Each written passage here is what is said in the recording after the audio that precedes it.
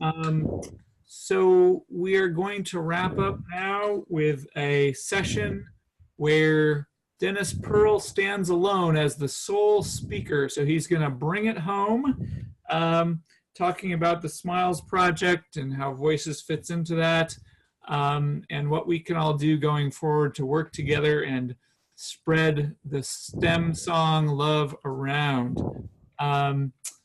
Dennis is a professor at Penn State, a co-PI of the Smiles Project that Larry has mentioned earlier.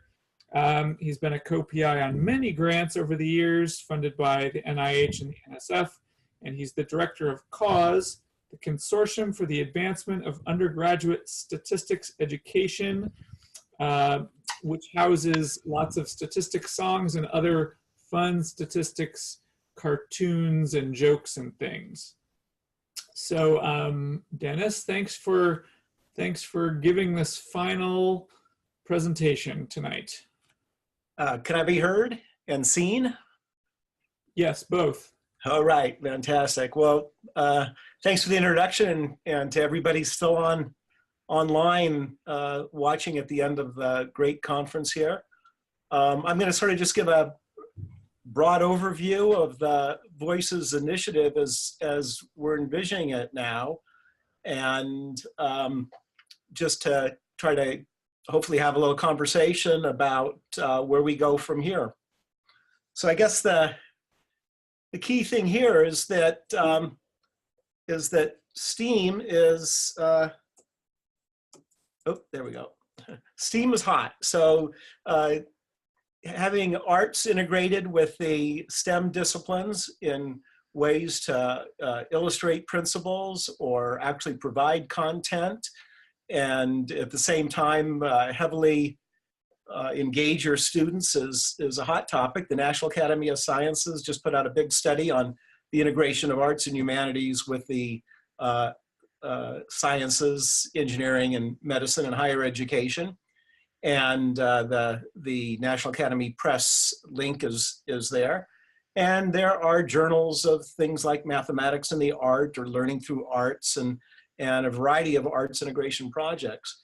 What I kind of like about song in STEM is that it really has some good pedagogical transferability across disciplines. If I want to take the Smiles activities that Larry mentions and say I could use the same pedagogical technique with songs in chemistry or physics or biology, or if I want to take Gary Grossman's karaoke activity and use it in statistics, I can see how to do that.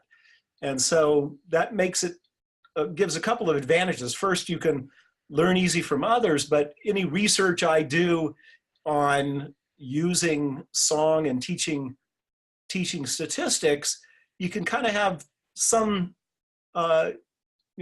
general feel that research might be applicable to other disciplines, where that's not the same with a lot of other pedagogical research, where you read about a pedagogical innovation in one field and you're not really sure whether the work they've done is at all transferable to your own discipline. Another thing about song and STEM that I like is that lyrics can really work in very detailed learning objectives. I mean, if you listen to like a John Chase rap, that gets into extremely detailed subjects, is just amazing, the degree. Whereas some other types of art can sort of help you engage students on broad topics, but can't really get into kind of the detailed learning objectives that you can do when you write really good lyrics.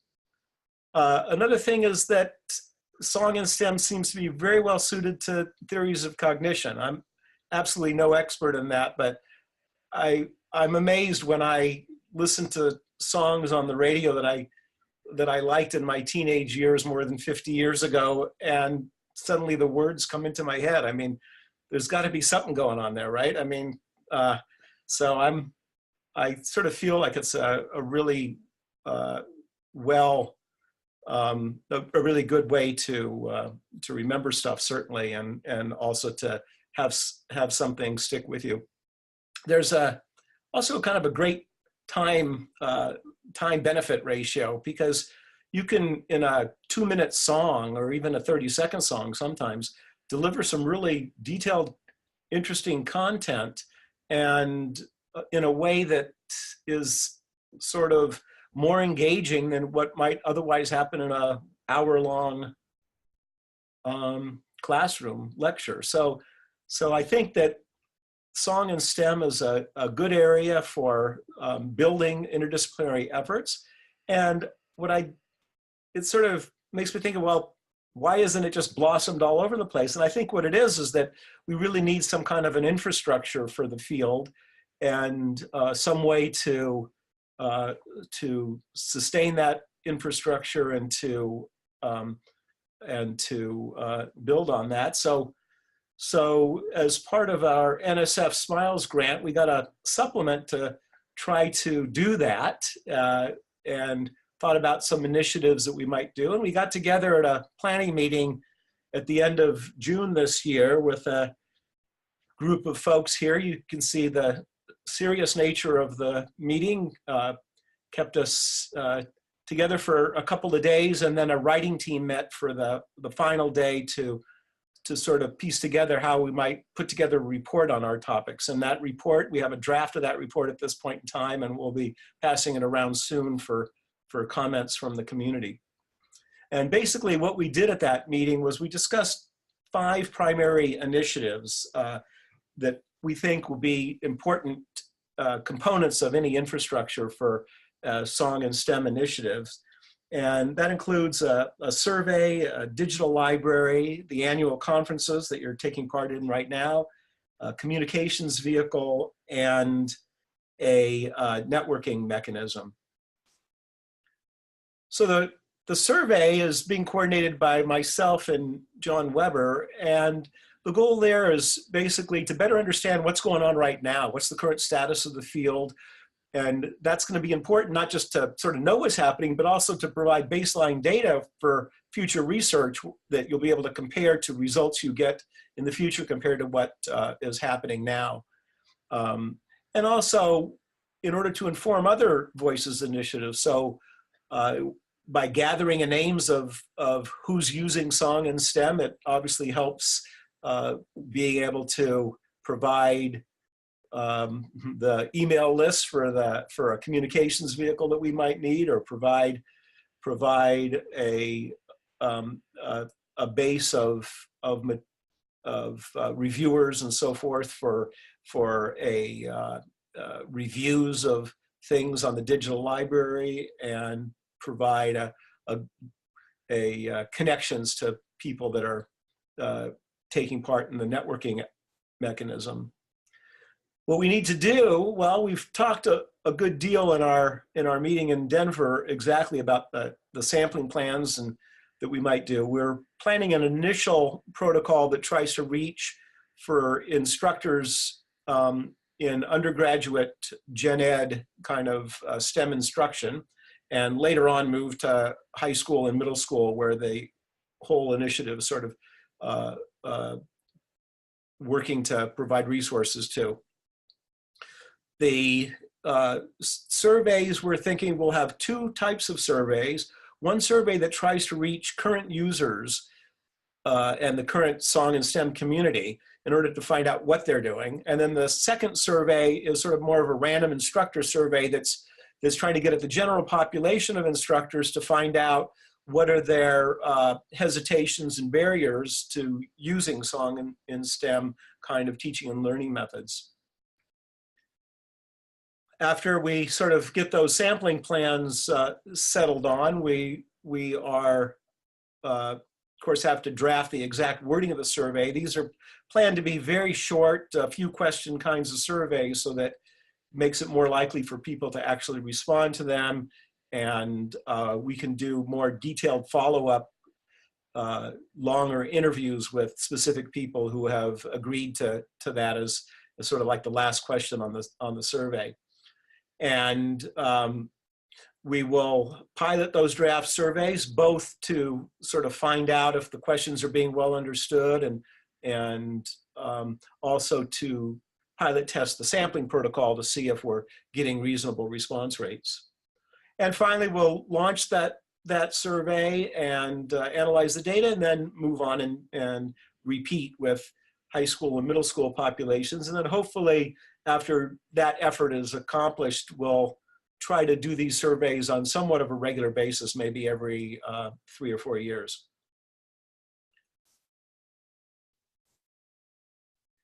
The next initiative is the Digital Library Initiative. Now, there are already some work in this area. The principal work is Greg's singaboutscience.org library of songs, which has now, I guess, more than 7,500 songs or something, all indexed in ways that you can browse, and provides links to lyrics and to recordings where they exist, and tells you about who owns the copyright. And sometimes it's basically an all-inclusive kind of a library.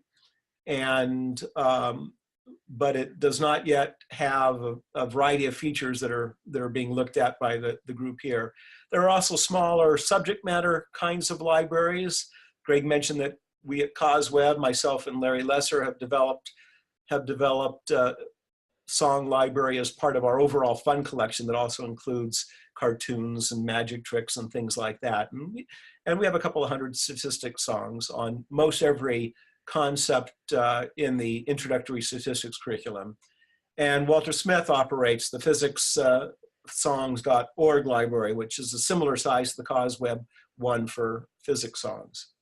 So the digital library group is being coordinated by Greg and Walter, and they want to make the new digital library serve a much better, more direct service to tailored audiences. So they want to leverage what's happening now to sort of foster best practice song and STEM education with a library that supports not just instructors, but also, of course, music creators, students, administrators, and other populations that are likely to want this kind of resource.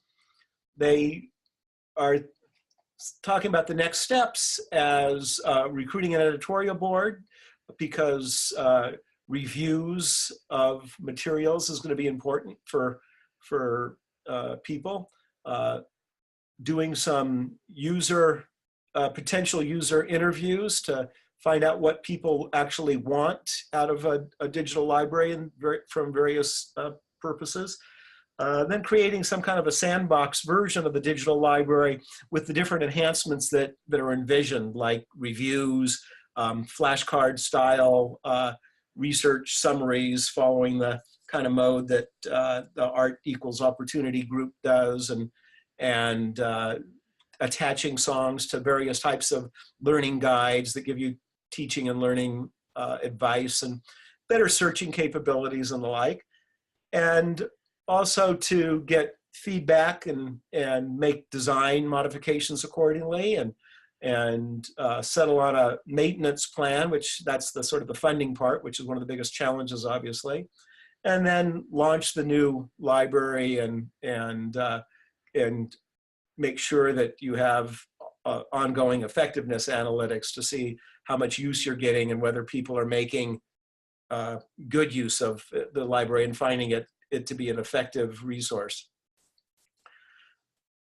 The second kind of initiative, of course, is the Voices conferences, like the one we're doing now, to provide an annual virtual venue for sharing practices and methods and results and song in STEM work. The first virtual conference was a year ago, and of course the one here is wrapping up right now. And these conferences are being archived, so probably 5 or 6 times as many people will watch the archive version than what are watching live, and the talks that have gone on all day today will provide a really terrific resource that indeed themselves will end up in the digital library. So Greg was our conference coordinator for the first conference. Greg and Tiffany directed the second one, and Tiffany will be the primary organizer and program chair for the third conference coming up next September. So the next steps there, of course, are planning for the third virtual conference, and that I guess is sort of starting tomorrow. And so I'm sure that Tiffany will like your thoughts on potential keynote speakers and other aspects of the conference. The communications vehicle is being coordinated by Larry Lesser. And so the thought is to really try to have a way to broaden the song and STEM community, to disseminate research and best practices, inform the community about professional development opportunities and other events, provide basically a communications vehicle for all the other voices activities and different audiences, and keep people connected with the kind of e-news vehicles that might include things like a periodical blog, including podcasts and the like, tentative title, The Voices Register, Song and STEM, in coordinating Voices social media presence, providing resources and research synopses so that people can sort of see some of the best stuff and be able to go look for that. Provide a map of where the song and STEM community are, where the song creators are, where the instructors that want to use the material are, and that will allow better regional based faculty communities and the like. Create promotional videos so that people can get a quick glimpse of how stuff is used and sort of allay their fears about the difficulty in using stuff. Myself, I don't sing whatsoever, but I can certainly push a button and play lyrics and play music and create activities built around that. Provide connections to professional societies in both the content areas as well as the music side, and connections to other voices activities so that the communications vehicle lets people know what's happening in terms of networking efforts and what kinds of faculty communities are out there for people to join, and whether there's virtual workshops and webinars and the like that are happening, and keep people informed. The Voices networking effort sort of was thought about first as sort of a Voices clearinghouses for relationships and resources to try to connect people in a want ads kind of a situation. And overall now the goal to create mechanisms to help establish interpersonal relationships and collaborations, study groups on the types of topics that might come up both in a research area. Faculty collaborations might be based on things like discipline, get together a physics song group or a statistics song group and the like, but also might be based on grade level or on different types of efforts to relieve anxiety and test for that or other things. Organizing communities of practice, I think, is an important attribute here, and setting up this Voices Clearinghouse, and of course also to have an assessment and analytics plan to decide on how many people are involved. So those are the 5 initiatives and big broad overview, and I want to get your thoughts on those and your ideas for if there's any other major needed song and STEM kind of infrastructure that we should be thinking about. And also, of course, I'm interested in people that want to help move the Voices initiative forward. And please email me, dkp13@psu.edu, and we can point you to the right people that are working on these things and hopefully get things going. Dennis, I'd like to, this is Tiffany talking. I would like to put a challenge out there that I think Voices needs a theme song. And I think that some of our collaborators might be great resources to try to get that accomplished. Yeah, we saw with John's video he made for the conference this year that we've got some great talent out there, and I think that would be a real good contribution.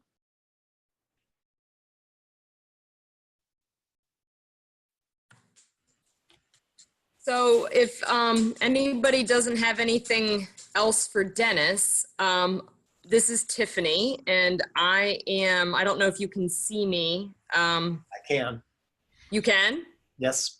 Okay, great. And I would like to thank everybody for attending Voices for the 2018 conference. But before I leave you very quickly, Voices is actually hosting a STEM song conference, and I've just put the link in the chat. And we're hoping that educators and students in particular will actually make a song video or music video, and the specifics are on the website. But we're looking for a current article from June 2018 up to the current day of anything that relates in the realm of STEM. It could be very loosely or broadly stated. And so we're hoping that we'll get some people, and Alex, I think you're one of them. Alex, I'm also gonna put my email down in the chat here, and hoping to get in contact with you today. And Larry has a comment here. Oh, yes. If you're not already in a working group, but you would like to be, please email leadvoices@causeweb.org. And Alex, I'll put my email down in the bottom, but if there's no other questions, Let me say a couple things. Everybody registered for this conference, I think, is going to be getting emails about trying to participate and move these things forward. And also, I wanted to make a big thank you to the IT staff who were nice enough to stay around so late in the evening, and Bob and Kathy to keep this conference running smoothly. Yeah, thanks, Bob and Kathy. You were great all day. I second that. And we have a question for Dennis. Do you see that question, Dennis? What's an example of a pedagogy that does not transfer so well? Well, I don't know. I guess, I mean, I was talking to somebody about mathematics and the arts, and in math, they might use art oftentimes as an example, like math subjects like topology get talks on the math that's illustrated by Amish quilts or baskets made in Botswana, the patterns on those. And those kinds of things are great for maybe teaching certain subjects like geometry, but I'm not sure that art is going to do as good a job of illustrating principles in real analysis in math or so forth. But I do think that you can have a song, no matter how complicated the topic, you could have a song that addresses that. Yes, topology lends itself to cover tunes. The chat is also archived, I think, when we record things on Zoom. So all of Larry's puns will be immortalized. Thank goodness for that. I'm not sure that's actually true because, different members can see different comments. Yes. So Larry may have to reenact those puns again for those who want to relive them, but that's the way it goes.